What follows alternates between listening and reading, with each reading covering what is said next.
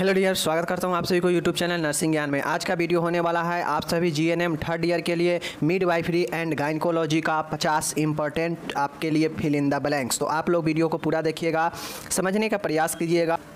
कहता है एक गर्भस्थ शिशु मतलब गर्भ में पल रहे शिशु हृदय की धड़कन कितने सप्ताह में सुनी जाती है। मतलब एक गर्भ में पल रहे शिशु का जो है हृदय हार्ट बीट कितने सप्ताह के बाद सुन सकते हैं। तो साथी मेरे 6 सप्ताह अगर कोई हो चुका है प्रेगनेंसी महिला तो 6 सप्ताह के बाद जो है भ्रूण का फीटल का हार्ट बीट सुन सकते हैं। ठीक है। दूसरा प्रश्न है कि प्रसव पश्चात मतलब डिलीवरी के बाद गर्भाशय में होने वाले रक्तस्राव को क्या कहते हैं। साथी मेरे बहुत बार बता चुके हैं कि डिलीवरी के बाद गर्भाशय यानी यूट्रस से जो भी ब्लीडिंग होता है उसको हम लोग लोकिया कहते हैं। ठीक है। चलिए अब यहाँ पे देखिएगा, आप लोग को आमतौर पे गांव में सुनने को मिलता होगा पेरू पेरू कहता है। ठीक है, नाभि के नीचे पेरू पेरू पेरू में दर्द हो रहा है, इस टाइप से कहता है ना। तो रियली में उस पेरू को पेल्विस कहा जाता है। ठीक है, पेल्विस कहा जाता है, श्रोणी। अब ये हम आप लोग को पढ़ा चुके हैं कि पेल्विस जो है 4 प्रकार के होते हैं। कौन कौन? तो गायनेकोइड, एंड्रोपॉइड, एंड्रॉइड, एंथ्रोपॉइड और प्लेटिपेल्वाइड। तो ये चारों आपको याद रखना है, आपको बहुत बार इसका उपयोग आएगा। पूछेगा कि पेल्विस का टाइप्स बताइए, तो गायनेकोइड, एंड्रॉइड, एंथ्रोपॉइड और प्लेटिपेल्वाइड 4 प्रकार से है, फिलअप में पूछा गया है। ठीक है। चौथा है, यहाँ पे पूछता है कि खोपड़ी के सूचर्स के बारे में बताइए। मेरे डियर साथी, खोपड़ी में जो सूचर्स होते हैं एक फ्रंटल होते हैं, एक सेजाइटल होता है और एक लंबोइड होता है। तो ये आप 3 पूछा है, तीनों के नाम याद रखिएगा। फ्रंटल, सेजाइटल, लंबोइड तीनों सूचर्स जो कि खोपड़ी में होते हैं। ओके। चौथा देखिएगा बहुत शानदार है। यहाँ पे देखिएगा चौथा आप लोग के लिए बहुत शानदार प्रश्न है। कहता है हाइड्रामेनियास के प्रकार डैश और डैश है। मतलब हाइड्रामेनियास जो होता है, हाइड्रामेनियोस का जो प्रकार है कौन कौन से होते हैं। तो मेरे डियर साथी ज़्यादा नहीं होता है। हाइड्रामेनियास के जो प्रकार होते हैं एक एक्यूट होते हैं और एक क्रोनिक होता है। एक्यूट आप लोग बहुत सेकेंड ईयर में पढ़े हैं, क्रोनिक का भी मतलब पढ़े हैं, समझ जाइए। ठीक है। नेक्स्ट है 5वां नंबर का प्रश्न है पूर्व गर्भधारण के चिन्ह होते हैं। मतलब साइन ऑफ प्रीवियस प्रेगनेंसी, मतलब पहले का जो प्रेगनेंसी अगर कोई हुई महिला है तो उसमें कौन कौन से साइन होते हैं। तो पूर्व के प्रेगनेंसी का जो साइन होता है वह इन्वोल्यूशन होता है और सिजेरियन सेक्शन होता है। मतलब अगर किसी को पहले के प्रेगनेंसी में किसी को अगर चीरा लग के अगर बच्चा हुआ है तो उसे सिजेरियन सेक्शन का साइन होगा वहाँ पे, और इन्वोल्यूशन का भी साइन होता है। ठीक है। उसके बाद देखिएगा यहाँ पे इन्वोल्यूशन का मतलब होता है कि यूट्रस का पूर्व के जगह पर वापस लौट जाना। ठीक है। नेक्स्ट है थेराप्यूटिक गर्भपात का कारण क्या है। मेरे डियर साथी, कॉज ऑफ थेरेप्यूटिक एबॉर्शन क्या होता है। गर्भपात आप लोग को पता है कि किसी न किसी कारण से या स्वतः जो है गर्भपात हो जाना, जो है गर्भ को जो है निकल जाना, यही गर्भपात होता है। ठीक है। तो थेरेपेटिक गर्भपात का जो है कारण क्या होता है कि थेरेपेटिक एबॉर्शन कराया जाता है। तो एक होता है क्रोमोसोमल एबनॉर्मेलिटी और एक होता है हाइड्रोसिफलस। अगर पता चल जाता है कि बच्चा में कोई ना कोई गुणसूत्रीय असामान्यता है तो बच्चे को जो है थेरेपेटिक गर्भपात फीमेल को करा दिया जाता है। अगर पता चल जाता है कि बच्चे में अगर हाइड्रोसिफलस हो चुका है तो उस कंडीशन में जो है बच्चा को दोनों कंडीशन में जो है उपचार के दृष्टि से जो है इसे एबॉर्शन करा दिया जाता है ताकि बाद में कोई बच्चा को परेशानी या स्त्री को परेशानी ना हो। ठीक है। छठा देखिए, 7वां देखिएगा, यहाँ पे बहुत शानदार है। कहता है सर्वाइकल कैप से क्या लाभ है। मेरे डियर साथी, सर्वाइकल जो कैप होता है इससे क्या लाभ होता है। तो सर्वाइकल कैप से यही लाभ होता है कि जो है वह सुरक्षित और आसान करता है, यूटीआई से बचाव करता है। ठीक है, मतलब संक्रमण से बचाव करता है और साथ में सुरक्षित में सिक्योर और यह इजी बनाता है। ठीक है। तो सर्वाइकल कैप का यही लाभ है। ट्रायल लेबर के निर्देश देखिए, 8वां पॉइंट है। कहता है ट्रायल लेबर के और निर्देश, मतलब कहता है कंट्रा इंडेक्शन ऑफ ट्रायल लेबर। कहता है कि ट्रायल लेबर का कौन सा जो है कंट्रा इंडेक्शन है, मतलब अनिर्देश है या इसी को निषेध भी कह सकते हैं। मतलब अगर लेबर के लिए अगर ट्रायल कर रहे हैं तो उसके लिए कौन सी चीज़ें हैं जो कि निर्देश होता है बताना है यहाँ पे। ठीक है।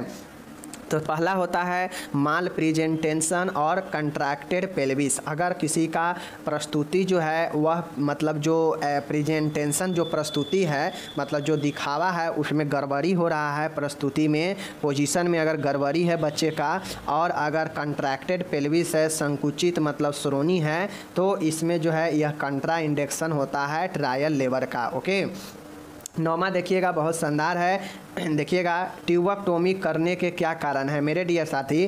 ट्यूबेक्टोमी फीमेल में किया जाता है और क्यों किया जाता है, फैमिली प्लानिंग परिवार नियोजन के उद्देश्य से। ठीक है, नेक्स्ट है 10वां देखिएगा एंटेरियर फोंटले कितने महीने में बंद हो जाते हैं। तो डियर साथी आप लोग को पता होना चाहिए कि एंटेरियर जो फोंटली होता है वह जो है आपके 9 से 18 माह में बंद होते हैं, चीज़ें को ध्यान में रखिएगा। ओके, नेक्स्ट है 11वां नंबर दोहरा गर्भाशय कहलाता है, double uterus is called. Double uterus क्या कहलाता है, तो मेरे डियर साथी दोहरा गर्भाशय कहलाता है यूट्रस डाइडेल्फाइस। ठीक है, यूट्रस डिडल्फाइस। ठीक है, याद रखिएगा यूट्रस डिडल्फाइस। ठीक है, याद रखिएगा, महत्वपूर्ण प्रश्न है।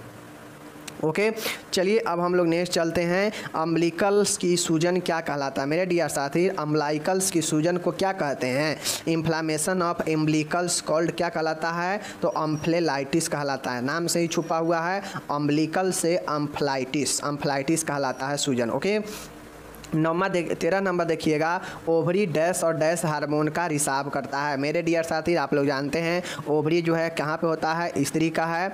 ठीक है, स्त्री का एक ग्लैंड है जो सिक्रेशन करता है कौन से हार्मोन का, एस्ट्रोजन और प्रोजेस्टेरोन। और फीमेल में कौन सा, टेस्टोस्टेरोन, याद रखिएगा। तो फीमेल में दोनों हार्मोन एस्ट्रोजन और प्रोजेस्टेरोन ओवरी से सिक्रेट होता है। 14 नंबर देखिएगा फीटल डिस्ट्रेस के कारण क्या है मेरे साथी। फीटल डिस्ट्रेस का मतलब होता है कि जो भ्रूण है, भ्रूण में कोई ना कोई समस्या होना। तो भ्रूण में कोई समस्या कब होता है, जब पेल्विक उसका बहुत ज़्यादा, फीमेल का पेल्विक संकुचित रहेगा तो फीटल को जो है जगह सही से पर्याप्त नहीं मिल पाएगा। तो यह कंट्रैक्टेड पेल्विस के कारण हो सकता है, या फिर जो फीटल है इसके सिचुएशन पोजीशन में गड़बड़ी यानी माल प्रेजेंटेशन जो है हो सकता है। तो ये दोनों कारण जो है फीटल डिस्ट्रेस का हो सकता है। और सारे कारण फीटल डिस्ट्रेस का होते हैं, आगे आएगा क्वेश्चन, तो चलिए दिखा देंगे। 15 नंबर का प्रश्न है प्रसव पूर्व रक्तस्राव डैश सप्ताह से पहले होता है। मतलब देखिए प्रसव पूर्व मतलब प्रसव से पहले जो रक्तस्राव है वह कितने सप्ताह पूर्व होता है। तो मेरे डियर साथी जो प्रसव से पहले का जो रक्तस्राव होता है एंटीपार्टम हेमरेज वह 20 सप्ताह जो है पूर्व होता है, ध्यान में रखिएगा। ओके, नेक्स्ट है 16 सर्वाइकल कैप का क्या लाभ है। अभी ऊपर में देखे हैं कि सुरक्षित और आसान बनाता है और साथ में यह यूटीआई से बचाने का काम करता है। ठीक है, पेल्विक बोन का कितने भाग होते हैं मेरे डियर साथी। पेल्विक बोन का आप लोग को मैं पढ़ाया हूँ कि पेल्विक बोन कितने प्रकार से होते हैं और कौन कौन होते हैं। तो पेल्विक बोन में मुख्यतः 3 भाग होते हैं, एक हिप बोन का, एक सैक्रम का और एक कॉक्सिक्स का। तीनों मैं आपको पढ़ाया हूँ। जब पेल्विक वाला मैं पेल्विस जब मैं आपको पढ़ाया तो वहाँ पर मैं आपको पढ़ाया हूँ कि हिप बोन, सैक्रम और कॉक्सिक्स। ठीक है। 18 नंबर का प्रश्न है ओवरी द्वारा स्रावित हार्मोन कौन सा है। तो अभी ऊपर में देखे हैं एस्ट्रोजन, प्रोजेस्टेरोन, यह दोनों जो है आपके ओवरी द्वारा स्रावित है। नेक्स्ट है सिजेरियन सेक्शन के क्या क्या कारण हो सकते हैं मेरे डियर साथी। सिजेरियन सेक्शन का मतलब होता है कि चीरा लगा के बच्चे को निकालना। ठीक है, चीरा लगा के बच्चे को निकालना, यही जो है ये योनि और यूट्रस के जो है ऊपर जो है लगाया जाता है, जिसमें आपके सिजेरियन सेक्शन जो है यही बच्चे को निकाला जाता है सिजेरियन सेक्शन के द्वारा। तो यह कारण जो है हो सकता है या तो पेल्विस मतलब श्रोणि जो है वह संकुचित हो गया हो, कंट्रैक्टेड हो गया हो, सिकुड़ा हो। ठीक है, संकुचन हुआ हो उसमें, या फिर जो स्थिति है वह गड़बड़ स्थिति हुआ हो यानी माल प्रेजेंटेशन है, और जो योनि है उसमें एट्रेसिया, वेजिनल एट्रेसिया। तो ये 3 कारण जो है व्यक्ति में बनता है फीमेल में सिजेरियन सेक्शन का। ठीक है, कौन कौन, कंट्रैक्टेड पेल्विस, माल प्रेजेंटेशन और वेजिनल एट्रेसिया। ओके, 20 नंबर का प्रश्न बहुत शानदार प्रश्न है। फीटल डिस्ट्रेस के क्या कारण है बताना है। फिर से आ गया ना फीटल डिस्ट्रेस, ऊपर में भी था। ऊपर में हम लोग क्या देखे हैं, पेल्विस कॉन्ट्रैक्टेड, ठीक है, पेल्विस कॉन्ट्रैक्शन, उसके बाद माल प्रेजेंटेशन, ये सब हम लोग देखे हैं फीटल डिस्ट्रेस में। अब और देख लीजिए, एक होता है कॉर्ड प्रोलैप्स। कॉर्ड प्रोलैप्स का मतलब होता है कि जो भ्रूण में जो नाल लगा होता है, गर्भनाल, उसमें प्रोलैप्स होने के कारण यह फीटल डिस्ट्रेस हो सकता है। जो अपरा है उसमें एबॉर्प्शन हो सकता है, मतलब प्लेसेंटा पृथक्करण हो सकता है, मतलब प्लेसेंटा अलग हो सकता है फीटल से, तो इस कंडीशन में फीटल डिस्ट्रेस हो सकता है। और मैटरनल हाइपोटेंशन का मतलब मातृत्व के कारण निम्न चाप, ठीक है, निम्न चाप। अगर हाइपरटेंशन रहता तो उच्च चाप होता, लेकिन यहाँ पे हाइपोटेंशन है, मीन्स निम्न चाप किसमें, मैटरनल मतलब माता में। तो ये सब कारण बनता है फीटल डिस्ट्रेस का, जो बच्चे में भ्रूण में समस्या करता है। Cord prolapse, placenta abruption, maternal hypotension, ठीक है। 21 नंबर का प्रश्न है, समान गर्भाशय का वजन कितना होता है। मेरे डियर फ्रेंड, नॉर्मल जो यूट्रस होता है उसका जो वजन होता है वह 50 से 80 ग्राम के आसपास होता है, ठीक है। नेक्स्ट है 22वां नंबर का प्रश्न है, गर्भस्थ शिशु के प्रथम हलचल को क्या कहते हैं। मेरे डियर साथी, अगर फर्स्ट मूवमेंट करता है फीटस तो उसको हम लोग क्या कहेंगे, उसे हम लोग क्यूकनिंग बोलते हैं। अगर गर्भ में कोई फीटस भ्रूण है, शिशु है, अगर वह गर्भ में हलचल करता है तो जो प्रथम हलचल जो मालूम पड़ता है उसको हम लोग क्यूकनिंग कहते हैं, ओके। 23 नंबर का है, नवजात शिशु का पहला मल क्या कहलाता है। मेरे डियर, नवजात शिशु का जो प्रथम मल आता है उसको हम लोग म्यूकोनियम कहते हैं। जन्म के बाद जो प्रथम मल बच्चा का आता है उसको हम लोग म्यूकोनियम कहते हैं, ठीक है।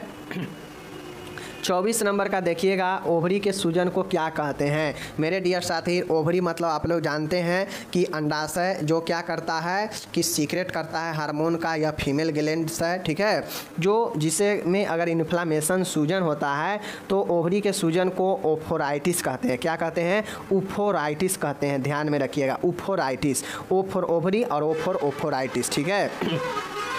लोकिया रूबरा का रंग कैसा होता है। मैं आपको लोकिया का टाइप्स पढ़ाया था, ठीक है, लोकिया का जो है टाइप्स पढ़ाया था, उसमें एक लोकिया रूबरा भी मैंने बताया था, तो याद करिए। लोकिया रूबरा जो होता है वह लाल कलर का होता है, ठीक है, लाल कलर का, याद रखिएगा। रूबरा, आर मतलब रूबरा और आर मतलब रेड, ओके।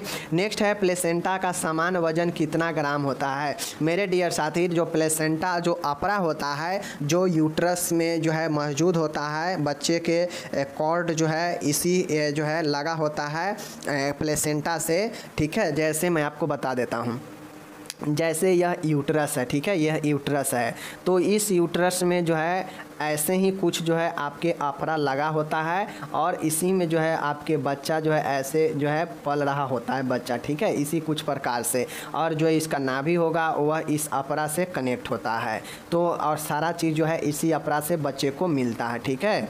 तो ये जो अपरा होता है, इस अपरा का वजन जो है लगभग 500 ग्राम होता है, लगभग करके 500 ग्राम होता है। 470 ग्राम मैंने लिखा है यहाँ पे, 470 ग्राम या 500 इतना ही आसपास होता है, ठीक है। 27 नंबर का है, डिंब नली में निषेचन होने को कहते हैं। Fertilization in the fallopian tube is also known as. अगर फैलोपियन ट्यूब में निषेचन होता है तो उसे हम लोग जाइगोट कहते हैं, और नॉर्मली फैलोपियन ट्यूब में ही निषेचन होता है, ओके। 28 नंबर है, जब लिक्वर एमनाई समान से कम होता है। मेरे डियर, जब लिक्वर एमनाई समान से कम होता है तो उसको क्या बोलते हैं, तो उसे हम लोग ओलिगोहाइड्रेमेनियोस बोलते हैं। क्या बोलते हैं, ओलिगोहाइड्रेमेनियोस बोलते हैं। मेरे डियर साथी, जब लिक्वर एमनाई समान से कम जाता है, लिक्वर एमनाई समान से कम हो जाता है तो इसे हम लोग ओलिगोहाइड्रेमेनियोस बोलते हैं, ओलिगोहाइड्रेमेनियोस बोलते हैं। याद रखिएगा अच्छे से, वरना ये सब क्वेश्चन पूछ देगा तो जो है आप लोग भौचक्के हो जाएंगे। अचानक भ्रूण निष्कासित होने को क्या कहते हैं। अचानक से अगर भ्रूण सडनली अगर फीटस का एक्सप्लेड हो जाता है, अगर फीटस एक्सप्लेड हो जाता है सडनली, तो इसको हम लोग मिसकैरेज के नाम से जानते हैं। मतलब अचानक भ्रूण को निष्कासित हो जाना, निकल जाना, मिसकैरेज कहते हैं, ठीक है। 30 नंबर है डैश हार्मोन स्तर से दूध निकालने के लिए जिम्मेदार है। मेरे डियर साथी कौन से हार्मोन जो है स्तन से दूध निकालने के लिए जिम्मेदार है? तो मेरे डियर साथी जो प्रोलैक्टिन हार्मोन होता है इसके कारण जो है स्तन से जो है दूध का सिक्रेशन होता है। तो याद रखिएगा प्रोलैक्टिन हार्मोन जो है स्तन में से दूध निकालने के लिए जिम्मेदार होता है। 31 नंबर देखिएगा बहुत शानदार है। गर्भ अवस्था के 28 सप्ताह के बाद, मतलब कोई प्रेगनेंसी है उस प्रेगनेंसी के कंप्लीट 28 सप्ताह के बाद एवं प्रसव से पूर्व योनि से होने वाले रक्तस्राव को क्या कहते हैं? देखिए 28 सप्ताह प्रेगनेंसी का हो गया है, इसके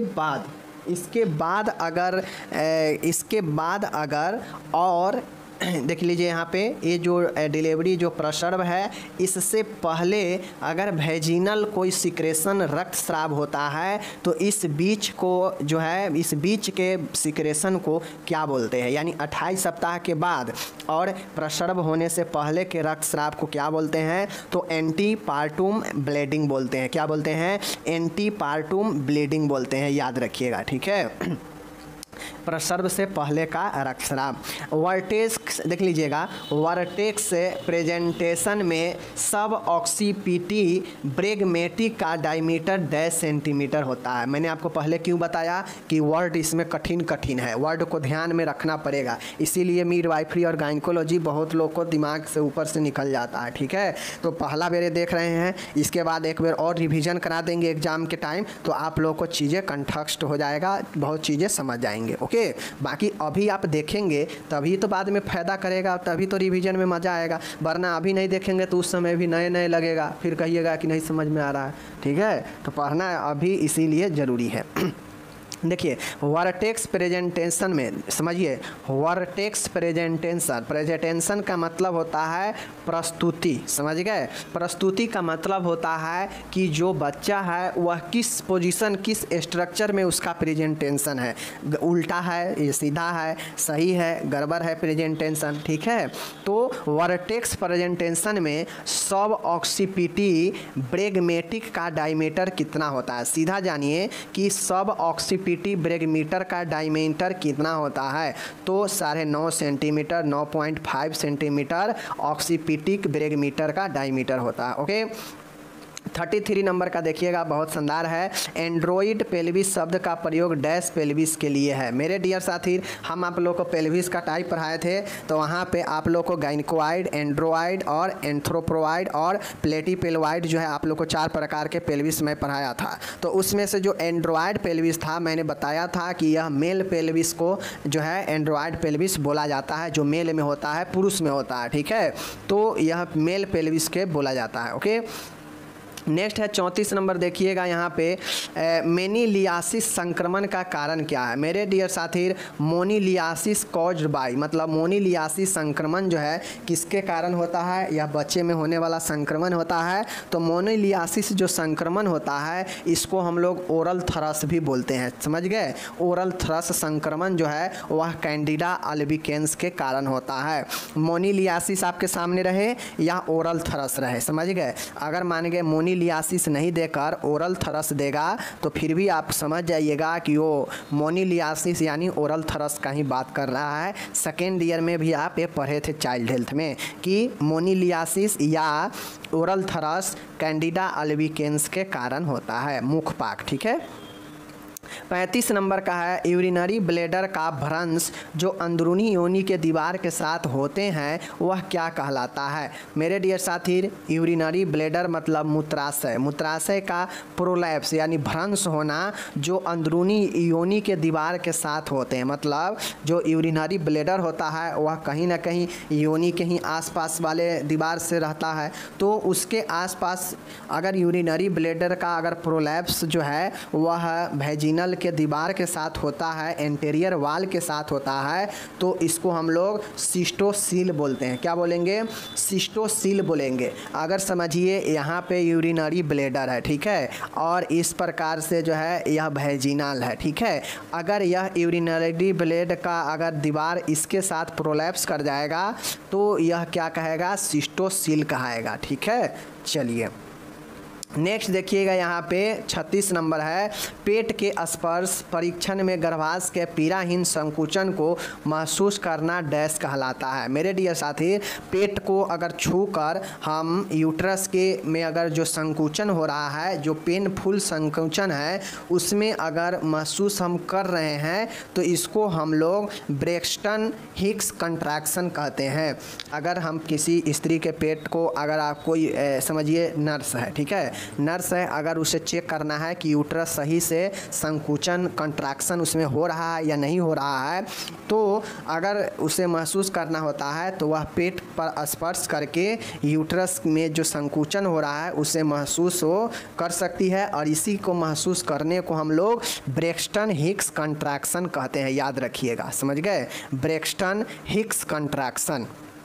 नेक्स्ट है, फैलोपियन ट्यूब के डैश भाग में प्रायः निषेचन होता है। तो आप लोग को पता होना चाहिए कि जो फैलोपियन ट्यूब होता है उसके एम्पुला वाले भाग में निषेचन का काम होता है। निषेचन तो होता है फैलोपियन ट्यूब में ही, लेकिन फैलोपियन ट्यूब में कौन से भाग में, तो एम्पुला वाले भाग में। ओके, नेक्स्ट यहाँ पे देखने को 38 नंबर प्रश्न है, अपरा के समान लंबाई कितना होता है। मेरे डियर साथी, अगर आपसे सेंटीमीटर में लेंथ पूछेगा प्लेसेंटा का तो यह 15 से 20 सेंटीमीटर का होता है। ओके, और इसका वजन तो बता ही दिए ऊपर में कि 500 ग्राम के आसपास होता है। अगर लंबाई पूछेगा तो 15 से 20 सेंटीमीटर। ओके, प्लेसेंटा अपरा का। लेकिन यहीं पर अगर अम्बिलिकल कॉर्ड का अगर पूछ दे, जो बच्चे का नाभि नाल से लगा हुआ जो नली होता है, वो अगर अम्बिलिकल कॉर्ड के लंबाई पूछ दे सेंटीमीटर में तो 50 से 60 सेंटीमीटर होता है, उसका लंबाई ज़्यादा होता है। ठीक है, चलिए 39 नंबर का प्रश्न देखिएगा,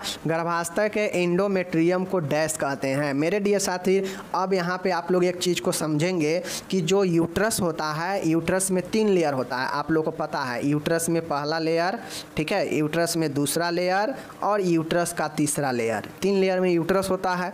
पहला लेयर को जो है पेरीमेट्रियम कहते हैं, उसके बाद मायोमेट्रियम कहते हैं बिचला को, और आंतरिक वाला जो ये आंतरिक वाला लेयर होता है इसको हम लोग क्या कहते हैं, आंतरिक वाला को एंडोमेट्रियम कहते हैं। अब बच्चा इसी आंतरिक वाला के अंदर में ही रहता है, समझ गए चीज़ को।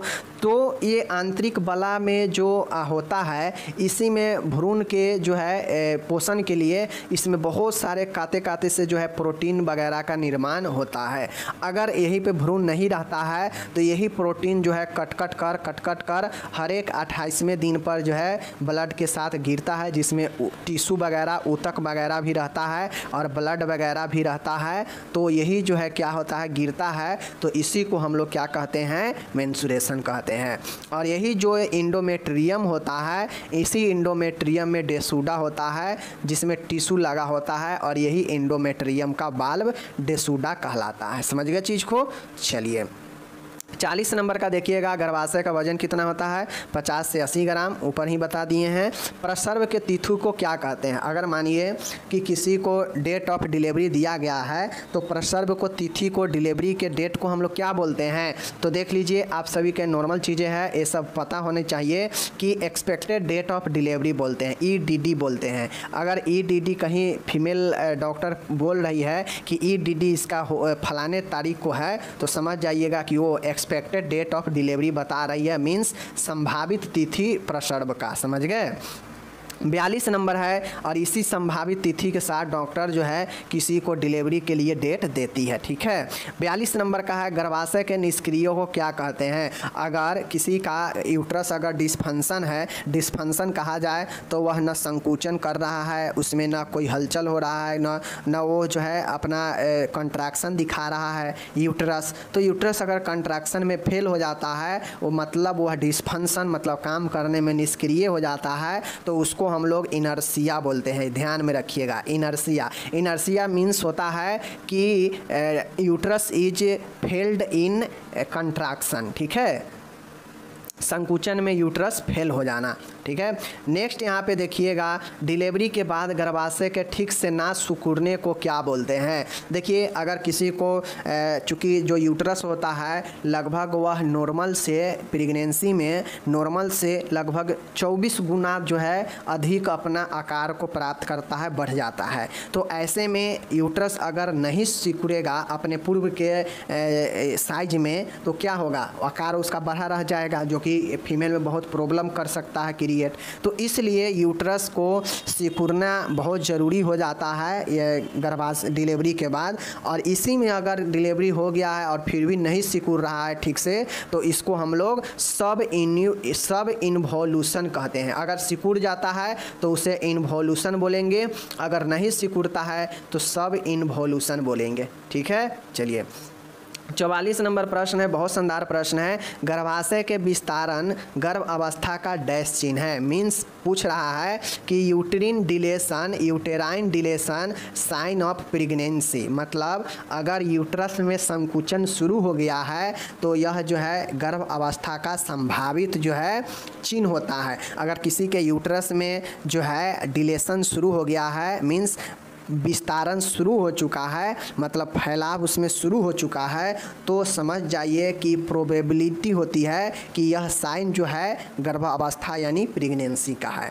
तो uterine deletion is sine of pregnancy probably, मतलब प्रेगनेंसी का प्रोबेबली है, संभावना है कि यूटेराइन डिलेशन ये जो चीज़ें हैं। ठीक है, 45 नंबर और बहुत VVI प्रश्न है, इसको ध्यान से आप लोग देख लीजिए। VVI है प्रश्न। यहाँ पे है अम्बिलिकल कॉर्ड, यानी बच्चे का जो नाल से नाभि से लगा हुआ जो अम्बिलिकल कॉर्ड होता है और माँ यह यूट्रस के प्लेसेंटा से लगा होता है, तो इस अम्बिलिकल कॉर्ड में जो है आप लोग को जानते हैं कि बच्चे को पोषण वगैरह सब इसी के द्वारा मिलता है। तो इसमें वेन और आर्टरी नहीं होगा तो कैसे ब्लड का सर्कुलेशन वगैरह होगा।